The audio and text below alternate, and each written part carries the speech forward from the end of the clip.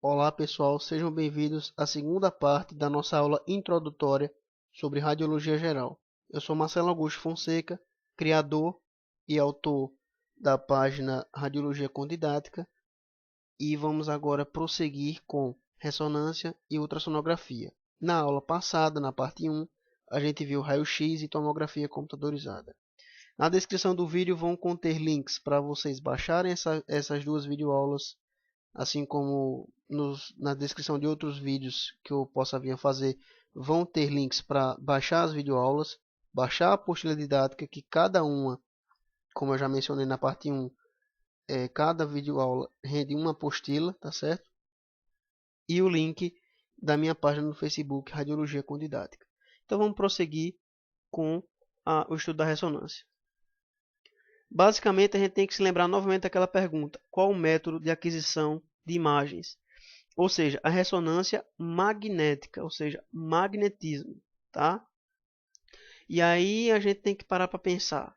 Poxa, beleza, eu vou usar um campo magnético em alguma coisa. Que coisa seria essa? Um átomo, um íon. Sim, Marcelo, mas qual íon que eu vou usar? Poxa, se eu quero uma leitura do corpo todo, qual é o íon mais abundante no nosso corpo? Ou o átomo mais abundante no nosso corpo? O hidrogênio. Então a gente vai aplicar pulsos magnéticos no hidrogênio a fim de gerar uma resposta desse hidrogênio, convertendo essa resposta em imagens, tá certo? Então vamos estar tendo uma noção agora. Esse átomo de hidrogênio ele tem movimentos totalmente irregulares quando não estão sob efeito de campo magnético algum. Quando o paciente entra no aparelho de ressonância magnética, que nada mais é do que um grande magneto que vai gerar campo magnético, né? Óbvio. Os átomos eles tendem a assumir um movimento ordenado pelos tecidos. Então eu vou estar emitindo pulsos de radiofrequência, certo? Vou estar energizando esses átomos que vão estar indo de uma região para outra no corpo, naquele tecido que eu quero examinar, e vai estar me devolvendo essa energia no que diz respeito à imagem. Ou seja, eu tenho um pulso magnético que vai orientar esses íons, esses átomos de hidrogênio, que por sua vez vão estar me devolvendo essa energia que eu os dei outrora. Para quê? Para que eu possa analisar as imagens, tá bom? Então, como que funcionam esses pulsos? Nós temos o que chamamos de tempo de repetição e tempos de eco. Tempo de repetição nada mais é do que o tempo entre um pulso e outro, em outras palavras grosseiras. Já o tempo de eco é o tempo que demora para o pulso chegar no tecido e devolver sua amplitude máxima. Ou seja, é como se fosse realmente um eco, tá? Na apostila tem bem mais explicado esse negócio para vocês, para que a gente não perca muito tempo com certos detalhes bestas. Mas tempo de repetição seria o tempo em que o aparelho vai estar emitindo novos pulsos, e o tempo de eco, o tempo onde esse pulso atinge sua amplitude máxima, tá? Praticamente.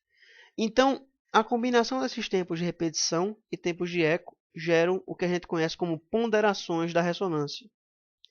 Ou seja, eu vou estar falando das duas principais aqui, no caso de neuro especialmente, T1 e T2.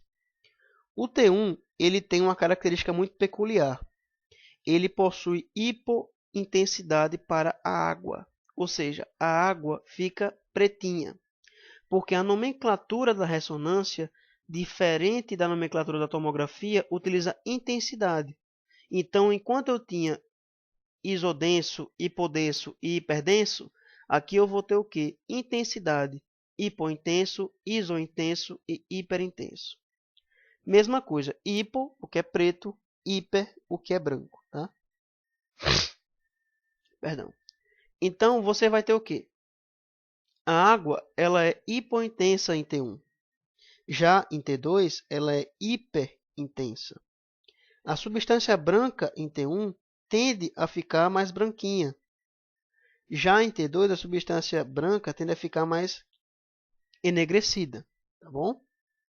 Basicamente, isso se deve porque a substância branca e a substância cinzenta, elas exibem diferentes gradientes de água entre elas. Então, já que T1 tende a ter hipointensidade para a água, na região cortical, vocês observam que em T1 eu tenho muita hipointensidade. Já no centro, eu tenho hiperintensidade. A substância branca ela é mais pobre em água do que o córtex. E isso se traduz para cá justamente como o oposto. Se o córtex tem mais água, ou seja, ele vai brilhar mais. Já se a substância branca tem menos água, ela vai brilhar menos. Então, é esse o princípio básico.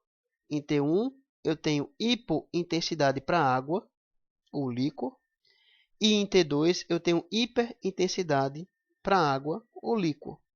No caso, a substância branca de T1 ela continua branquinha. Já em T2, ela fica enegrecida. Isso se deve por quê? Vou explicar de novo.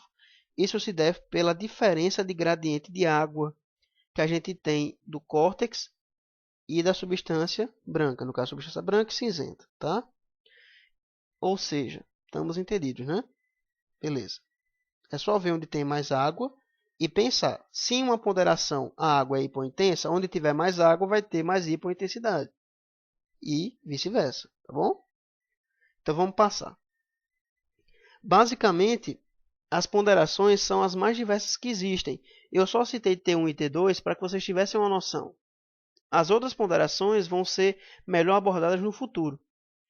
Bem, a gente vai estar falando agora de alguns artefatos, algumas técnicas especiais que a gente pode utilizar na ressonância magnética. Vou estar falando mais do básico, tá? A principal técnica que a gente pode utilizar na ressonância magnética é a técnica de supressão de gordura. Eita, Marcelo, que porra é isso? Muito simples. A técnica de supressão de gordura vai suprimir o sinal da gordura. Sim, Marcelo, eu entendi, eu não sou burro. Eu sei que supressão de gordura vai suprimir a gordura. E qual a utilidade disso? Em todas as sequências, a gordura ela tende a ser hiperintensa. E a água em T2 ela é hiperintensa também. Ou seja, lembrem-se de inflamação básica. A inflamação, a reação inflamatória cursa com edema. E edema nada mais é do que água. Imagina que eu tenho, por exemplo, um edema ósseo e eu estou usando um T2 para avaliar aquele edema ósseo. E aí, como é que fica? Se eu tiver gordura perto daquele edema ósseo, eu não vou conseguir ver, porque a água em T2 tem hipersinal e a gordura também. Então, o que é que eu posso utilizar? Você perceba que até a medula amarela do osso, ela fica suprimida aqui à esquerda, aqui à direita é o exame normal sem saturação de gordura, ou supressão, tanto faz. Aqui a gente tem o normal e aqui o saturado, ou suprimido, tá? Aqui à direita também a gente tem um sinal suprimido. E aqui observe a lesão hiperintensa, como é bem mais fácil de achar. Ah, Marcelo, não entendi. Beleza, vamos tentar fixar na cabeça agora. Veja esse exame aqui. Você acha que tem alguma alteração aqui? Provavelmente não. Mas quando a gente utiliza a supressão de gordura, olha o edema ósseo que aparece. Fora outros edemas que aparecem. O mais proeminente aqui é o do osso, tá? O edema ósseo. Então perceba como quando eu utilizo a supressão de gordura, essa lesão ela aparece mais fácil, porque o sinal da água do edema ele é igual ao sinal da gordura. Então eu tenho que apagar o sinal da gordura para que assim eu possa ver essa lesão. Não confundam, pessoal, por favor, esses traços aqui hiperintensos com lesões. Isso aqui são vasos. É porque com supressão de gordura, um efeito colateral dessa técnica é que os vasos fiquem bem mais hiperintensos do que se eu não utilizasse uma supressão de gordura. Então, cuidado com isso aqui. Eu já vi gente falando que isso aqui é lesão. Não, não é. Enfim. Outra coisa que acontece muito, especialmente com vasos que possuem alto fluxo, tais como basilar, carótida, enfim, é a presença de fluvoides. O que é fluvoide? Fluvoide é a ausência de sinal, ou seja, a ressonância não conseguiu que aquela região captasse sinal. Por quê? Porque o fluxo era muito rápido, muito alto, tá? Então, quando você vê um pontinho pretinho assim, desconfie de um fluvoide, tá bom? os vasos de alto fluxo costumam apresentar esse comportamento. Claro, quando a gente utiliza contraste, né, é outra coisa. Mas está dado o recado. E aí que entra uma dúvida que vocês podem se perguntar. Marcelo, tá, a ressonância utiliza hidrogênio que vai ser energizado no tecido e vai devolver essa energia em forma de imagem. Tá, beleza, eu entendi. Mas e a gente sabe que não é em todo lugar do corpo que a gente tem hidrogênio. Ou nem em todo lugar do corpo que o hidrogênio se movimenta tão bem. Por exemplo, em substâncias ricas em colágeno, como tendões e cartilagem no geral, ele tende a não se locomover bem como no córtex ósseo de algumas regiões, como, por exemplo, aqui. Vocês percebam que há um hipossinal nessas regiões. E o córtex ósseo também exibe esse hipossinal. Esse hipossinal se deve porque o movimento de hidrogênio nessas regiões são quase nulos, para dizer que não existe. Ou seja, essas regiões densas ligamentares com cartilagem, ou seja, e até mesmo o córtex ósseo, por ser mais denso, você vai ter o quê? Você não vai ter a movimentação adequada de hidrogênio. Então, não vou ter como fornecer sinal para essas regiões. E essa é uma dúvida bem comum. Ligamentos, ligamentos, cartilagens, enfim, vão ter esse hipossinal característico, tá certo? Outra dúvida que muita gente me pergunta: Marcelo, eu estou vendo uma TC de crânio ou uma RM de crânio? Isso é muito simples. O cálcio, no caso o osso, na tomo, de acordo com a escala de Hounsfield, ela tem densidade positiva, ela é hiperdensa, concorda? Então, se eu estiver diante de uma imagem onde eu visualize a calota óssea hiperdensa ou branca, no caso a calota craniana branca, eu estou diante de uma tomografia. Se eu visualizo o osso hipointenso, significa dizer que eu estou diante de uma ressonância. Não confundam esses componentes hiperintensos com o osso que está aqui bem aderido ao encéfalo.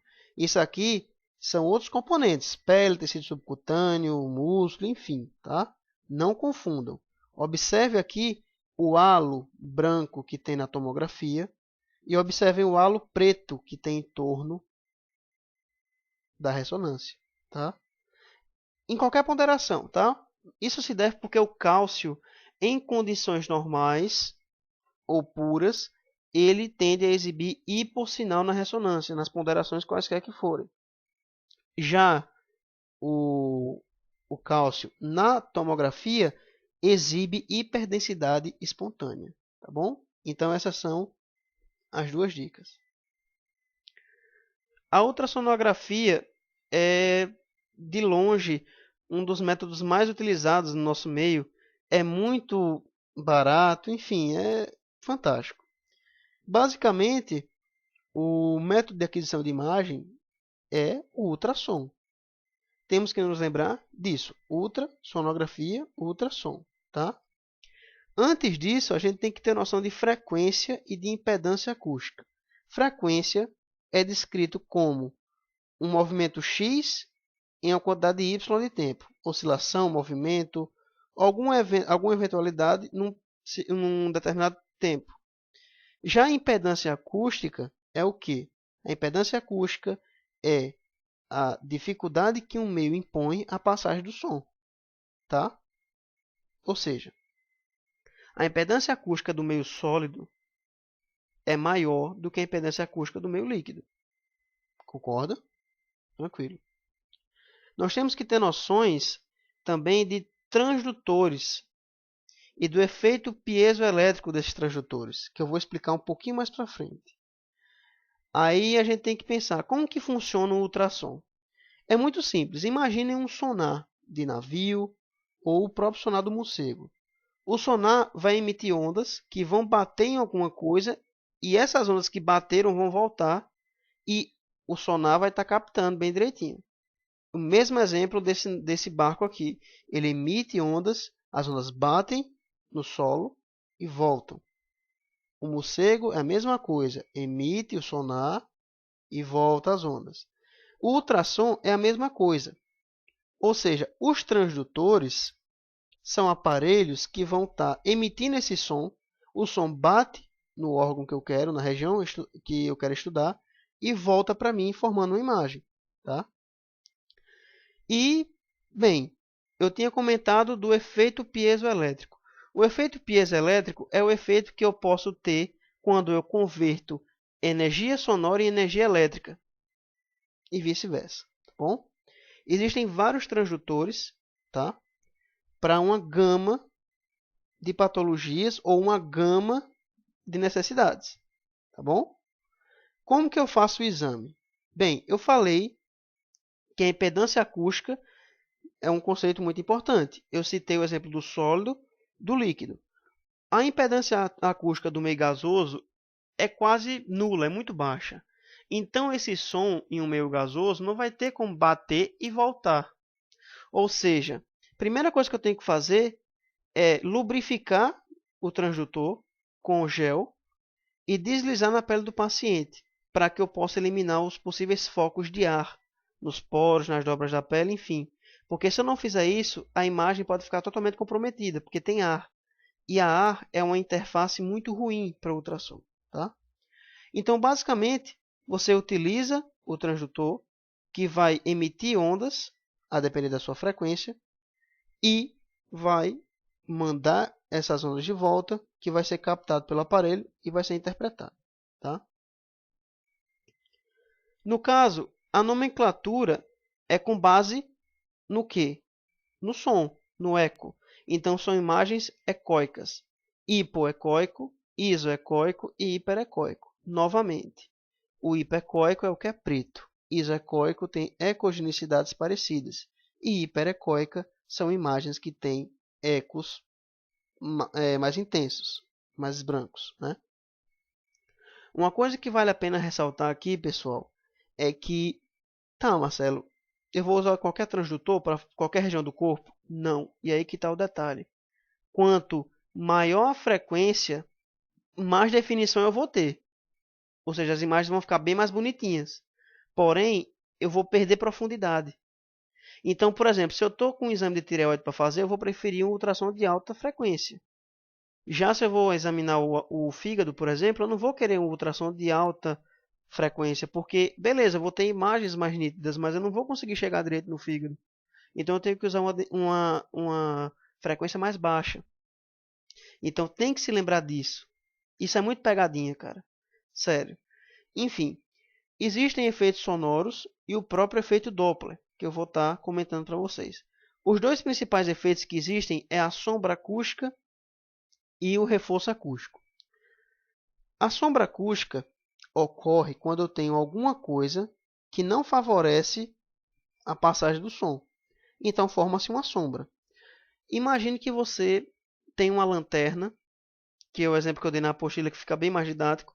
Você tem uma lanterna, você acende a lanterna e você coloca uma pedrinha pequenininha na frente da lanterna. Vai se formar uma sombra no chão, correto? É o mesmo princípio. Aquela sombra corresponde à quantidade de luz que não conseguiu passar, a grosso modo. No ultrassom é a mesma coisa. O som bate no meio sólido, no caso um cálculo, e forma-se uma sombra. Podem ser cálculos biliares, cálculos renais, enfim. Isso é até uma dica. Quando você vê uma sombra acústica, suspeitar de uma lesão muito densa, muito compacta. Tá? Já o contrário ocorre. O reforço acústico é quando eu tenho uma substância, uma região com atenuação muito baixa. Então, o que é que vai acontecer? Eu tenho uma região hipoecóica e eu tenho logo em seguida um reforço, ou seja, esse comportamento hiperecóico. Ou seja, o que é que acontece? Quando eu tenho um reforço acústico, muito provavelmente eu estou dentro de uma lesão cística ou de uma região que contém muita água. O exemplo aqui é a bexiga. Ou seja, o som vem direitinho nas vísceras, bonitinho, aí vê água. Se a impedância acústica da água é menor, então o som vai passar mais rápido por ali. É como se ele tivesse um reforço natural. Ou seja, regiões que contêm uma atenuação mais branda, ou seja, uma baixa atenuação, tende a formar o quê? Um reforço acústico. O reforço acústico ele pode ser tanto fisiológico quanto patológico. Tá? À esquerda aqui, a bexiga, fisiológico. Uma bexiga repleta para fazer o exame de ultrassom. Tá? E aqui, uma lesão hipoecóica, mas que contém componente hiperecogênico. Isso aqui é um cisto de mama. Tá? O efeito Doppler é muito estudado na física, que significa o quê? Significa velocidade de fluxo. O ultrassom ele tem como atribuir cores para diferentes velocidades de fluxo. Isso para nos dar uma noção e uma margem de erro do que a gente está estudando. Então observa aqui o rim e o Doppler do rim. Observa aqui essa paciente e o fígado averiguando o fluxo.